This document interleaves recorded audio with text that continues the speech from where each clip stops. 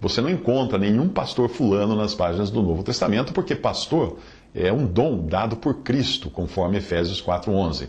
A cristandade adotou essa maneira de qualificar pessoas, como fazem com doutor fulano, engenheiro cicrano, deputado beltrano, comendador tal. Isso a cristandade fez na sua volúpia, por dividir os cristãos entre clero e leigo, clérigos e leigos. Isso não existe na Bíblia. Com a adoção também de escolas de teologia, algo também estranho à doutrina dos apóstolos, essas pessoas passaram a sair da faculdade com títulos assim, do mesmo modo como um advogado que sai do curso de direito com direito ao título de direito de advogado. Porque ele estudou, ele se esforçou para obter o título. Então nada mais justo que ele sair com o título de advogado. Engenheiro sair com o título de engenheiro, médico sair com o título de doutor. Tudo bem. Esses títulos honoríficos fazem sentido numa escala humana, como no caso de médicos, professores, advogados, políticos, etc. Mas nada tem a ver com os dons dados por Cristo. Porque ninguém obteve o dom por esforço, ninguém obteve o dom por ficar 5 anos numa faculdade. Não é assim que funciona. Até onde eu pude observar no Novo Testamento, nós só encontramos pessoas identificadas pelo dom no caso de apóstolos, profetas e evangelistas. Mas repare que em nenhum caso o dom vem antes do nome, como se fosse um título honorífico.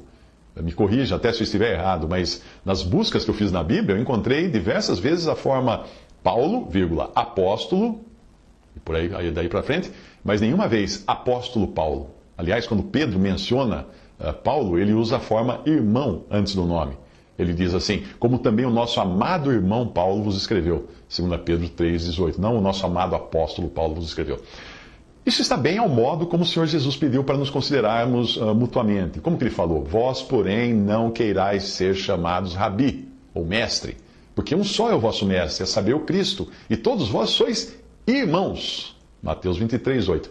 E qual a razão de Jesus ter dito isso? Nada melhor do que apresentar todo o contexto dessa passagem para detectar também a loucura daqueles que buscam posições eclesiásticas, buscam ser o mais igual dentre os iguais. Veja a passagem inteira. Então falou Jesus à multidão e aos seus discípulos, dizendo, na cadeira de Moisés estão assentados os escribas e fariseus. Todas as coisas, pois, que vos disserem que observeis, observai-as e fazei-as, mas não procedais em conformidade com as suas obras.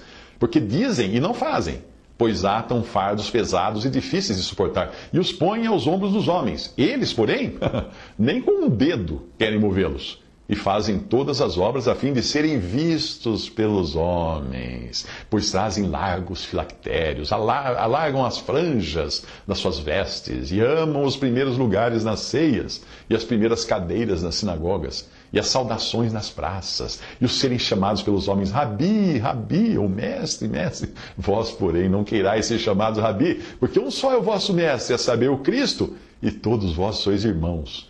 E a ninguém na terra chameis vosso Pai, que é o significado de Padre, porque um só é o vosso Pai, o qual está nos céus. Nem vos chameis mestres, porque um só é o vosso Mestre, que é o Cristo. O maior dentre vós será vosso servo. E o que a si mesmo se exaltar, será humilhado. E o que a si mesmo se humilhar, será exaltado. Mateus 23, de 1 a 12. Bom, para o dom de profeta, eu também não encontrei qualquer citação do tipo profeta fulano, mas apenas a identificação de quem era a pessoa, como quando aparece o trecho, chegou da Judéia um profeta por nome Ágabo, Atos 21, 10, mas não era um título honorífico, era identificando o dom dele. E apenas os profetas do Antigo Testamento trazem profeta antes do nome, como o profeta Isaías. Mas nós estamos falando aqui dos dons dados por Cristo em Efésios 4, dados à igreja e aos homens. E nós faremos bem até em observar o modo como os cristãos do primeiro século tratavam uns aos outros, nunca elevando alguém a uma posição honorífica por ter obtido o seu dom por esforço próprio ou por comenda de homens, como fazem as pessoas do mundo. Apóstolos, profetas, evangelistas, pastores e doutores, ou mestres, não eram tratados como títulos honoríficos ou eclesiásticos, mas eventualmente era citado o dom apenas para indicar a capacidade que Cristo havia dado àquela pessoa na sua obra.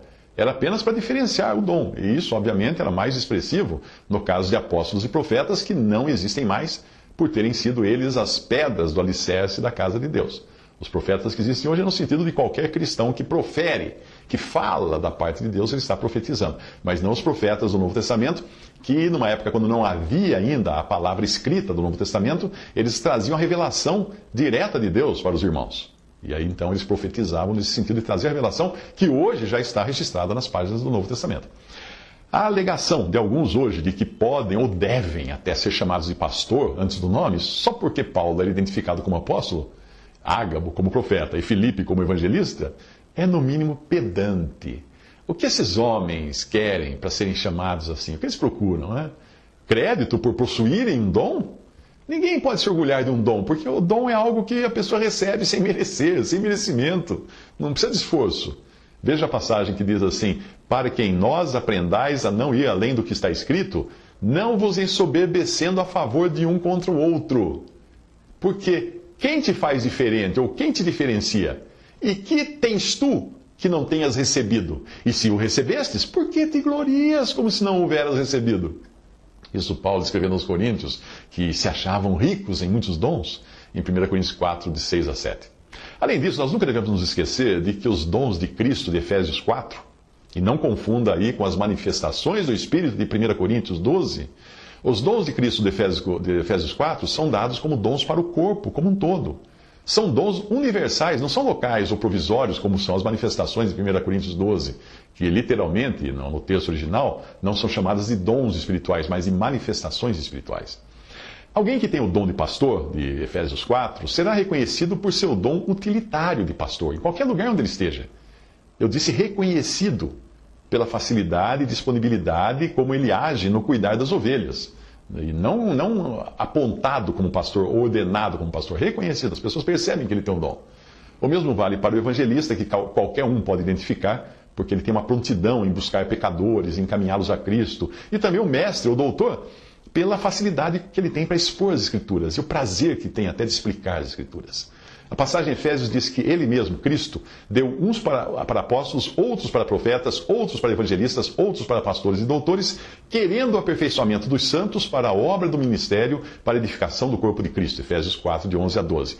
Mas isso, obviamente, alguém no sistema denominacional não vai entender. Não vai, porque ali pastor virou título honorífico. E a sua atuação desse pastor na Assembleia Local também é uma espécie de dirigente das reuniões. Então não tem nada a ver com o que está na Bíblia. Esse modelo foi copiado no catolicismo romano. E por isso o pastor protestante tem a mesma função do padre católico, que é ficar lá na frente dirigindo uma congregação. Apenas a roupa muda. Mas a sua atuação, obviamente, inibe a ação do Espírito Santo numa reunião da igreja, onde a ordem não foi dada para que um falasse e os outros escutassem, não. Foi dada para que 2 ou 3 falassem e os outros julgassem. Leia 1 Coríntios 14, 26 até o fim. Uma experiência que me marcou logo nos meus primeiros anos de convertido, eu até já compreendia em algum grau essas coisas, foi quando eu conversei com um jovem pastor presbiteriano.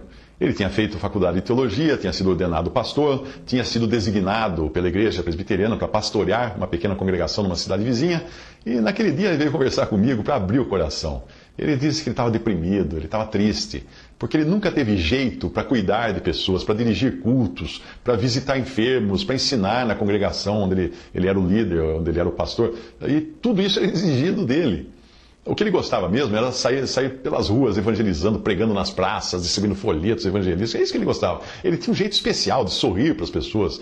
E os olhos dele brilhavam. Quando ele falava do Salvador para um incrédulo, eu conhecia ele. Ele gostava disso. Ele tinha o dom de evangelista. Mas ficar confinado aos ditames da organização a qual ele servia estava sendo demais para ele. Eu senti pena daquele irmão em Cristo que eu já tinha observado ser um evangelista de mão cheia. Ele era um soldado de linha de frente, não de retaguarda. Ele estava mais para Filipe, que era levado pelo Espírito Santo aonde quer que existisse um eunuco pronto para ouvir as boas novas, do que para um Barnabé, um dom de pastor como Barnabé, o qual, quando chegou e viu a graça de Deus, se alegrou e exortou a todos a que permanecessem no Senhor com propósito de coração, porque era homem de bem, cheio do Espírito Santo e de fé. Isso fala de Barnabé em Atos 11, 23 e 24. A propósito, leia Atos 11, desde o versículos 19 até o 26, para você perceber os diferentes dons em ação que aparecem ali nesta ordem. Evangelista primeiro, pastor segundo e mestre. Daí da conversa que eu tive com esse jovem pastor presbiteriano, eu percebi o quanto eu era feliz, o quanto eu era privilegiado de não ser guiado por alguma organização religiosa que rotula o que cada um deve ser e determina o que cada um deve fazer dentro das suas fileiras eclesiásticas. Eu estava livre para o Espírito Santo poder me usar do jeito que ele bem entendesse. Quai, seu app de vídeos curtos.